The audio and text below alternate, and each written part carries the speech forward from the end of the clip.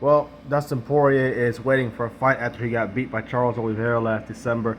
Michael Chandler knocked out Tony Ferguson in impressive fashion after overcoming a lot of adversity in that first round, getting hit and sliced up. Moving on.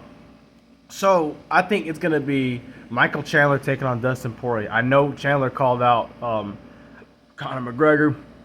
He said he still wants to fight, what's his name, Oliveira again, but let's be realistic. He's probably not going to fight Oliveira right now unless he wins his next fight. And I think his next fight is against the guy that fought Oliveira last year. Excuse me, not the last guy that fought him. That was Gaethje. So this is an interesting fight. Clearly Chandler has the advantage standing up. I think Chandler's a better wrestler.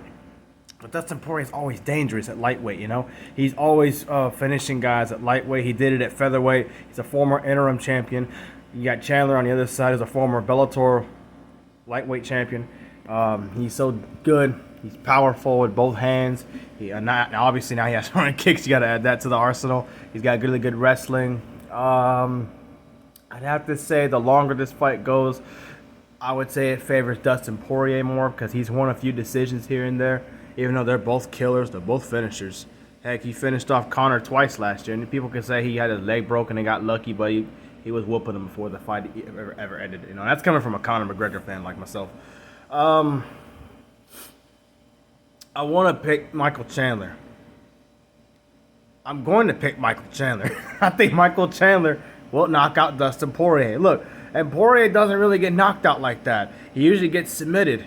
I think the thing is, Poirier does take a lot of hits. He took a lot of hits in his McGregor fights. He took way too much damage from Oliveira. And even though I know Oliveira is really technical and has a lot of good technique on the feet, Chandler has more power than Oliveira. So if he connects the same way, you know,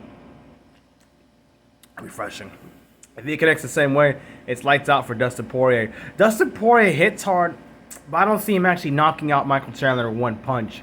And like I said, even though he's been knocked out by one punch at least twice in his career, or at least once with Pitbull, and he got knocked out by Oliveira.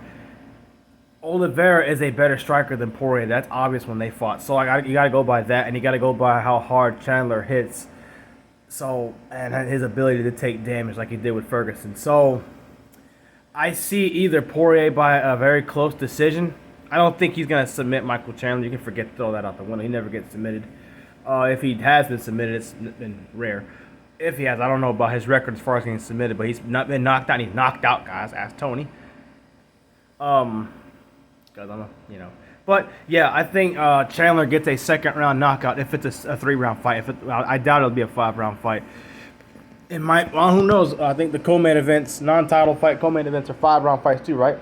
So Chandler needs to knock him out. He needs to get him out within the first 2 rounds. After the 3rd round and up, you got to give the advantage to Poirier because he can fight the distance. He's really tough. And I think he's actually bigger than Chandler, I think, right?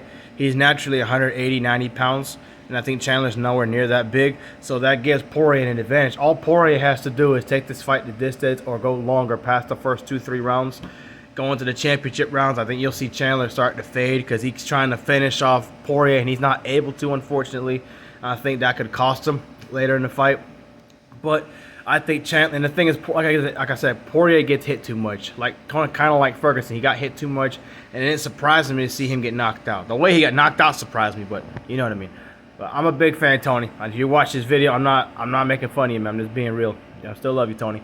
But yeah, I think Poirier is going to get cracked with a big punch. Kind of like the first Conor fight. He got hit early. It might not be as quick because Poirier's better on the feet now than what he was. But if he takes a big shot, he'll get rocked. And again, he has that history of getting rocked a lot. That's going to come back to hurt him against Chandler. So I think Chandler wins by 2nd round knockout. He's going to hit him with a big punch, drop him, and follow it up like he did with Dan Hooker. It'll take him longer than how he fought Hooker and finished Hooker because Dan Hooker is not on the same level as Dustin Poirier in terms of winning. And Poirier's already beat him. But he's going to eventually catch him within the first 2 rounds. That's just my opinion. I got Iron Michael Chandler.